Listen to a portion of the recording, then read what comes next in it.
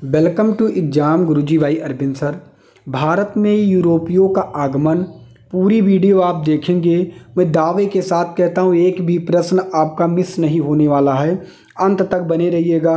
पूरी कहानी हम आपको स्टोरी जैसे बताएंगे और एक एक पॉइंट को आपको ध्यान से देखना है। अभी नोट करने का प्रयास नहीं करना है, सिर्फ आपको पूरी वीडियो ध्यान से सुननी है। उसके बाद आप फिर से पढ़ के भी नोट बना सकते हैं और इसका PDF आपको हमारे टेलीग्राम चैनल पे मिल जाएगा, जिसका नाम exam Guruji by Arvind sir है, जिस पे 7000 प्लस बच्चे जुड़े हैं। आप जाके वहाँ से इसका PDF डाउनलोड कर सकते हैं। तो पहले पूरी कहानी आप सुनिएगा, फिर आगे क्लास अगर आपको अच्छी लगेगी तब आप चैनल सब्सक्राइब करिएगा, अपने मित्र तक शेयर करिएगा, अन्यथा कोई बात नहीं। तो चलिए सबसे पहले हम देखेंगे प्रथम पुर्तगाली तथा प्रथम यूरोपीय यात्री। आपसे पूछा जाए प्रथम यूरोपीय यात्री या प्रथम पुर्तगाली यात्री वास्को डिगामा 9 दिन की समुद्री यात्रा के बाद अब्दुल मनीक नामक गुजराती पथ प्रदर्शक की सहायता से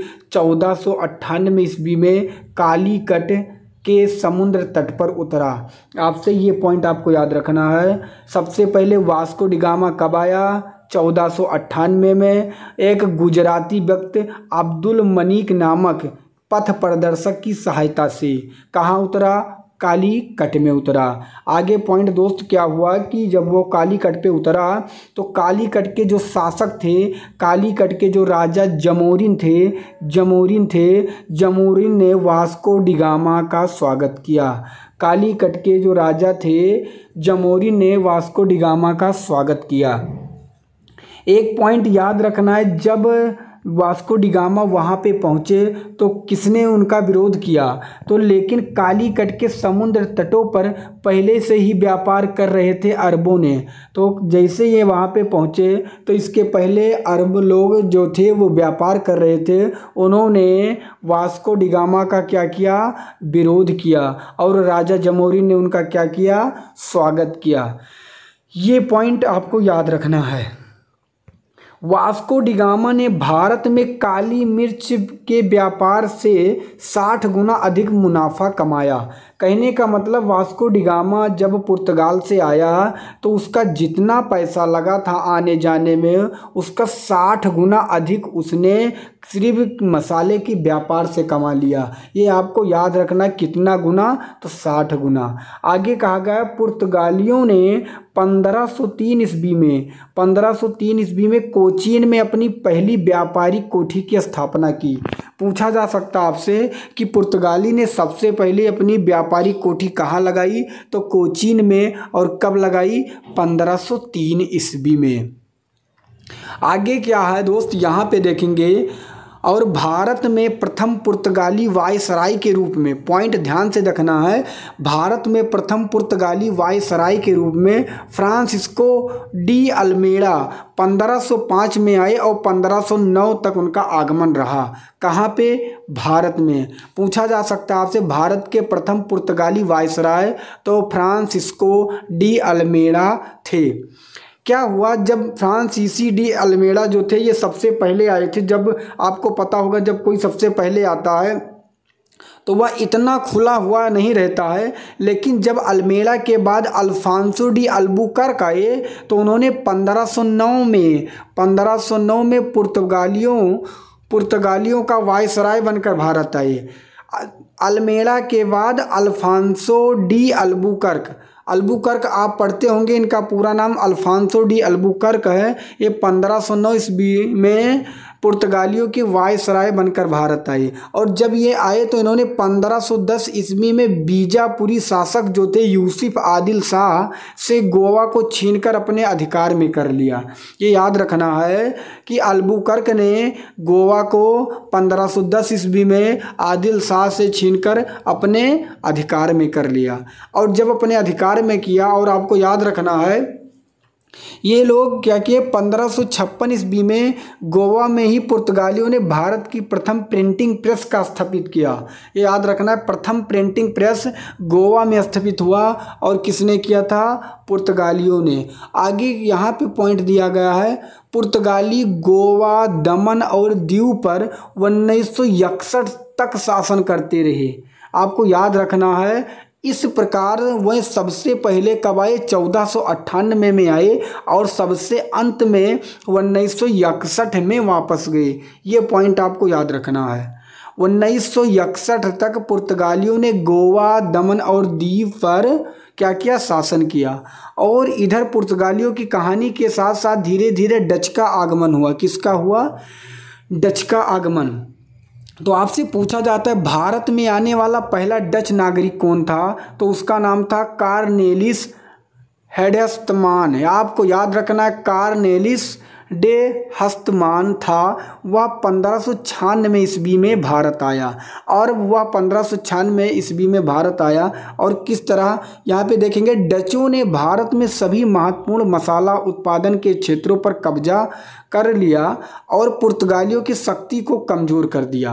यहाँ पे पुर्तगाली भी मसाला का काम करते थे, लेकिन जब डचों ने अपना काम स्टार्ट किया तो पुर्तगाली क्या हो गए, पुर्तगाली थोड़ा सा कमज़ोर पड़ गए डचों के आगे। और फिर क्या हुआ, डच ईस्ट इंडिया कंपनी की स्थापना हो गई। और डच ईस्ट इंडिया कंपनी की स्थापना कब हो गई, 1602 ईस्वी में डच ईस्ट इंडिया की कंपनी स्थापित हुई।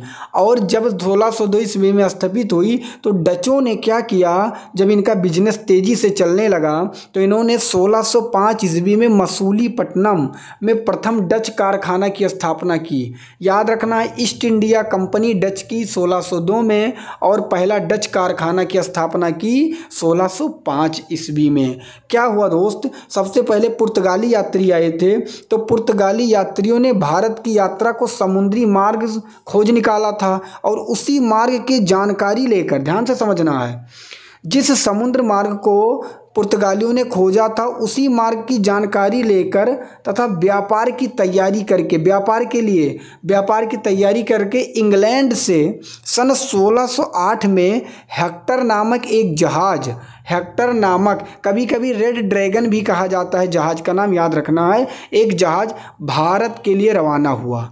क्या किस लिए रवाना हुआ, व्यापार करने के लिए रवाना हुआ। कहाँ से रवाना हुआ, इंग्लैंड से रवाना हुआ।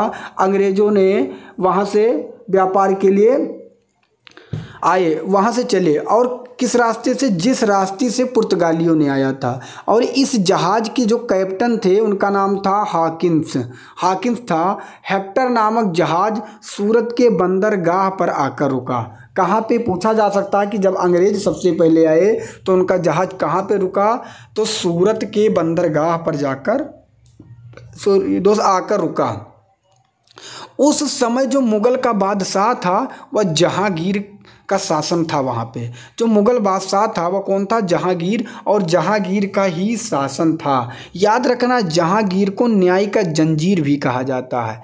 क्या कहा जाता है, न्याय का जंजीर भी कहा जाता है। और अब क्या हुआ, जब हाकिम्स वहाँ पे आया, जब हाकिम्स आया तो हाकिम्स ने जहांगीर को पुर्तगालियों के खिलाफ भड़काया। याद रखना, क्योंकि पहले से ही पुर्तगाली यहाँ पे थे, उसके बाद डच आए और डच के बाद हाकिम्स आए। तो हाकिम्स जब यहाँ पे पहुँचे तो उन्होंने देखा कि पुर्तगाली और जो डच है वह ऑलरेडी पहले से व्यापार कर रहे हैं। तो उन्होंने क्या किया, जो राजा थे जहांगीर, उन्होंने पुर्तगालियों के खिलाफ क्या कर दिया, भड़काया, उन्हें भड़काया तथा जहांगीर से कुछ विशेष सुविधाएं तथा अधिकार प्राप्त कर लिया। जहांगीर को भड़काकर हाकिम्स ने पुर्तगाली के खिलाफ उनसे कुछ विशेष सुविधाएं ले ली और कुछ अधिकार प्राप्त कर लिया।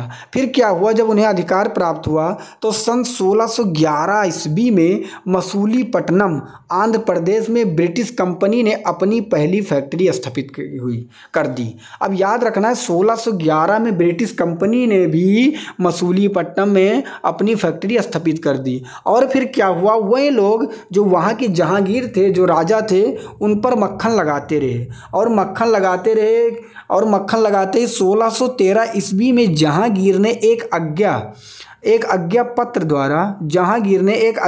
द्वारा अंग्रेजों को सूरत में अस्थायी रूप से कोठी स्थापित करने की अनुमति दे दी। अभी तक था अस्थायी था, लेकिन 1613 में सूरत में अंग्रेजों को अस्थायी रूप से कोठी स्थापित करने की अनुमति दे दी। फिर क्या हुआ, सन 1600 में, ये याद रखना है, जो सन 1600 में कंपनी बनी थी अंग्रेजों की, ये पॉइंट याद रखना, अभी तक पेपर में नहीं पूछा गया लेकिन पूछा जा सकता है। सन 1600 में शुरू हुई अंग्रेजी कंपनी 2005 में एक भारतीय कारोबारी जिसका नाम संजीव मेहता है, उसने इस कंपनी को खरीद लिया है। कभी कभी आपसे पूछा जा सकता है कि 1600 ईस्वी में अंग्रेजों की जो कंपनी है वो किस भारतीय ने खरीदा, तो संजीव मेहता ने 2005 में खरीदा है। ये पॉइंट भी याद रखना है। अगर क्लास अच्छी लग रही है तो चैनल को अभी के अभी सब्सक्राइब कर लीजिए, अपने मित्र तक ज़रूर शेयर करें। अगर इसमें 2000 व्यू आ रहा है तो आपको ऐसे ही क्लास मिलने वाली है। फिर क्या हुआ दोस्त, आगे हम बताने से बता दें, अंग्रेजों का शासनकाल ऐसे चलता रहा और धीरे धीरे क्या हुआ, प्लासी का युद्ध आगे आ गया। अब प्लासी के युद्ध में क्या हुआ पहले हम जानेंगे। उस समय सिराजुद्दौला जो थे वो बंगाल के नवाब थे। सिराजुद्दौला जो थे वह क्या थे, बंगाल के नवाब थे। उन्होंने अपने दादा अली वर्दी खान के बाद बंगाल के नवाब बने थे। अली वर्दी खान उनके दादा थे और अली वर्दी खान के बाद सिराजुद्दौला जो थे वो बंगाल के क्या बने, नवाब बने। और जब वो बंगाल के नवाब बने उसी समय क्या हुआ कि पहले से अंग्रेज लोग यहाँ पे रह रहे थे और सिराजुद्दौला क्या थे, सिराजुद्दौला ने यहाँ नवाब बने, सिराजुद्दौला के नाम पे रखा, याद रखना है। सिराजुद्दौला ने अंग्रेजों को अपने स्थानों को किलेबंदी नहीं करने का निर्देश दिया। उस समय जो अंग्रेज थे वह सभी स्थानों पर किलेबंदी कर रहे थे। तो क्या हुआ कि उस समय जब वह किलेबंदी कर रहे थे तो जो सिराजुद्दौला थे उन्होंने कहा कि हमारे स्थान पे आप किलेबंदी नहीं कर सकते हैं, और इसका उल्लंघन करते हुए अंग्रेज़ों ने कलकत्ता में जो फोर्ट विलियम था उस पर किलेबंदी प्रारंभ कर दी। कहने का मतलब सिराजुद्दौला को रोकने के बाद भी वह लोग नहीं माने और फोर्ट विलियम जो था वहाँ पर उन्होंने किलेबंदी प्रारंभ ही कर दी अंग्रेजों ने। और जब वह वहाँ पे प्रारंभ किए किलेबंदी तो क्या हुआ, आगे फिर पॉइंट क्या हुआ, बंगाल के नवाब को क्रोधित करते हुए अंग्रेजों ने नवाब के शत्रु कृष्णदास की शरण दे दी। कहने का मतलब यहाँ पे दोस्त क्या हुआ, यहाँ पर उनको रोकने पर भी वे नहीं माने और किलेबंदी कर दी। और फिर जो सिराजुद्दौला थे, सिराजुद्दौला के जो दुश्मन थे, शत्रु थे, उनका नाम था कृष्णदास, और कृष्णदास को किसने शरण दे दिया, अंग्रेजों ने दे दिया। अब इधर क्या हुआ कि यहाँ पे सिराजुद्दौला को कहने पर उन्होंने नहीं माना, किलेबंदी की, और यहाँ पे क्या हुआ, उन्होंने उनके शत्रु को ही उनके शत्रु को ही अंग्रेजों ने शरण दे दिया। अब दो बार ऐसे किया तो क्या हुआ, सिराजुद्दौला भी गुस्से में आए और क्या हुआ यहाँ पे देखेंगे ध्यान से। उपरोक्त मुद्दों के कारण बंगाल के नवाब मतलब सिराजुद्दौला ने कलकत्ता के किले पर हमला किया। जब ये सब पॉइंट हो गया तब उन्हें गुस्सा आया और उन्होंने कलकत्ता के किले पर हमला कर दिया और यौन नियंत्रण स्थापित कर लिया। और कलकत्ता को हमला करने के बाद वहाँ पे उन्होंने जीत भी हासिल कर ली। और जून 1756 में अनेक ब्रिटिश अधिकारियों को कैद कर लिया। जो ब्रिटिश अधिकारी वहाँ पे थे, जब उन्होंने वहाँ पे जीत हासिल की तो जो अधिकारी थे उन्हें कैद कर लिया और उन्हें फोर्ट विलियम में एक काल कोठरी में रखा। मतलब सभी अधिकारियों को जो फोर्ट विलियम था उसमें एक काल कोठरी मतलब एक कमरा था, उसी में सभी को एक साथ अंदर बंद कर दिया। कितने लोग थे, 146 लोगों को कैद किया। और बाद में क्या सूचना मिली कि सभी लोग मर गए, केवल 23 पुरुष ही जीवित थे। 146 लोगों को उन्होंने कैद किया और उस काल कोठरी में जब बंद किया तो सभी की मृत्यु हो गई दम घुटने से, केवल 23 लोग ही बचे थे। और इस घटना को याद रखना, इस घटना को ब्लैक होल त्रासदी भी कहा जाता है। आपसे पूछा जा सकता है कि ब्लैक होल त्रासदी किसे कहते हैं, तो ये पॉइंट आशा करता हूँ समझ में आ गया होगा। दोस्त अगर क्लास अच्छी लग रही है तो अपने मित्र तक जरूर शेयर करना, क्योंकि जब इसमें अच्छे व्यू और लाइक आते हैं तो इसी तरह वीडियो बनाने का मन करता है। क्योंकि जब आप लोग लाइक करते हैं और कमेंट अच्छे करते हैं तो इंसान पॉजिटिविटी में आता है और वो अच्छा सा अच्छा कंटेंट लाने में उस अच्छा से अच्छा कंटेंट लाने में उसकी मतलब मदद होती है, और वो सोचता है कि और कितना ही अच्छा कंटेंट हम लेके आएँ जिससे हमारे जो सब्सक्राइबर हैं उन्हें कभी भी कोई पेपर में समस्या ना हो। तो मित्र, कहने का मतलब है, अगर आप चैनल पे नए हैं तो अपने मित्र तक जरूर शेयर करें और चैनल को सब्सक्राइब जरूर करें। क्या हुआ, इसे ब्लैक होल त्रासदी भी कहा जाता है। अब क्या हुआ, ब्लैक होल की घटना से क्षुब्ध मतलब गुस्से में ईस्ट इंडिया कंपनी ने यहाँ पे, सॉरी दोस्त, यहाँ पे कंपनी के जो नवाब थे, मतलब ईस्ट इंडिया कंपनी के जो नवाब थे, उन्होंने हमले की योजना बनाई। ईस्ट इंडिया कंपनी के जो अध्यक्ष थे, उन्होंने सिराजुद्दौला पे हमले की योजना बना दी, क्योंकि 146 लोगों में सभी को बंद कर दिया था और जिसमें 23 ही अंग्रेज बचे थे और सभी लोग मर गए थे। इसे देखकर उन्हें भी दुख हुआ। तो ईस्ट इंडिया कंपनी के जो सेनापति थे, ईस्ट इंडिया कंपनी के सेनापति जो थे, उन्होंने हमला करना तो चाहा सिराजुद्दौला के ऊपर, ध्यान से समझिएगा, हमला तो करना उनके ऊपर चाहा, लेकिन इनके पास सेना जो थी बहुत कम थी। किसके पास? ईस्ट इंडिया कंपनी के पास। तो उन्होंने एक धोखाधड़ी किया, और धोखाधड़ी क्या किया, जो सेनापति कौन था उस समय, ये याद रखना है, ब्रिटिश ईस्ट इंडिया कंपनी का सेनापति रॉबर्ट क्लाइव था। तो उन्होंने क्या किया, जो सिराजुद्दौला के सेनापति जो मीर जाफर थे, मीर जाफर को उन्होंने अपने तरफ मिला लिया और उनसे कहा कि आप हमारे इस युद्ध में मदद करो, और जब सिराजुद्दौला की हार होगी तो मैं तुम्हें बंगाल का नवाब बना दूंगा। तो सेनापति जो था सिराजुद्दौला का, वह लालच में पड़ गया मीर जाफर, और वह अंग्रेज़ों की तरफ हो गया। इसके बारे में सिराजुद्दौला को नहीं पता था। फिर क्या हुआ, रॉबर्ट क्लाइव ने सिराजुद्दौला पर अपनी विजय के पश्चात और इस पे हमला होता है, और क्या हुआ कि सिराजुद्दौला हार जाता है, और हारने के बाद रॉबर्ट क्लाइव ने जो वादा किया था मीर जाफर किसका सेनापति था? सिराजुद्दौला का, जो वादा किया था कि मैं तुम्हें नवाब बना दूंगा, तो उन्होंने बंगाल का नवाब बना दिया और उसने अंग्रेज़ों ने अपना वादा पूरा किया। लेकिन आपसे ये याद रखना, मीर जाफर जो है बहुत ही शातिर इंसान था। इसने क्योंकि अपने राजा के साथ ही बहुत बड़ा छल किया। अब यहाँ पे आप ध्यान से देखेंगे, जब यह बंगाल का नवाब बना, ये पॉइंट आपको याद भी रखना है, जो प्लासी का युद्ध हुआ यह 23 जून 1757 को कलकत्ता के पास भागीरथी के नदी के तट पर बंगाल का युद्ध हुआ। ये याद रखना है, भागीरथी नदी के तट पर बंगाल के प्लासी क्षेत्र में युद्ध लड़ा गया है। आपसे पूछा जा सकता है, बंगाल के प्लासी क्षेत्र में 23 जून 1757 को भागीरथी नदी के किनारे यह युद्ध लड़ा गया है।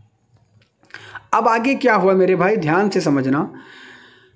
फिर क्या हुआ, जब सिराजुद्दौला की हार होती है तो सिराजुद्दौला जो है, जो बंगाल के पहले से नवाब थे, वो अपनी सेना को लेकर भागने का प्रयास किया। उन्हें लगा कि हम हार जाएंगे, क्योंकि जो हमारे सेनापति हैं वह अंग्रेज़ों की तरफ जा चुके हैं और अब हमें जीतना बिल्कुल भी मुमकिन नहीं है। उसी समय जो मीर जाफर का बेटा था मीर जाफर के बेटे मीरन ने सिराजुद्दौला की हत्या कर दी। किसकी? सिराजुद्दौला की हत्या कर दी।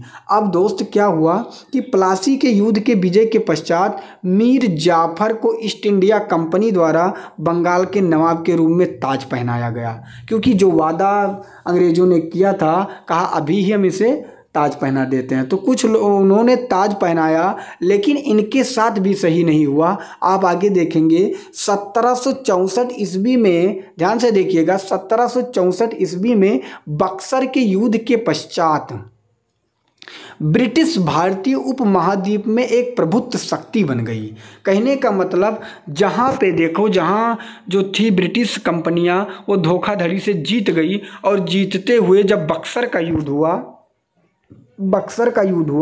और बक्सर के युद्ध के पश्चात जो ब्रिटिश कंपनी थी, वो एक बहुत ही अपने महाद्वीप में, जो उपमहाद्वीप था भारत का, वहाँ पे एक प्रभुत्व शक्ति बना लिया और एक पावरफुल कंपनी हो गई।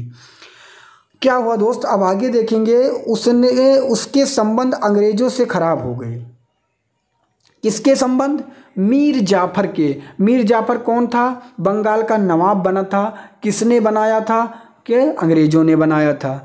तो मीर जाफर के अंग्रेजों से जब संबंध खराब होने लगे तो वह तंग आकर उसने गद्दी छोड़ दी। फिर उसके दामाद मीर कासिम गद्दी पर बैठा।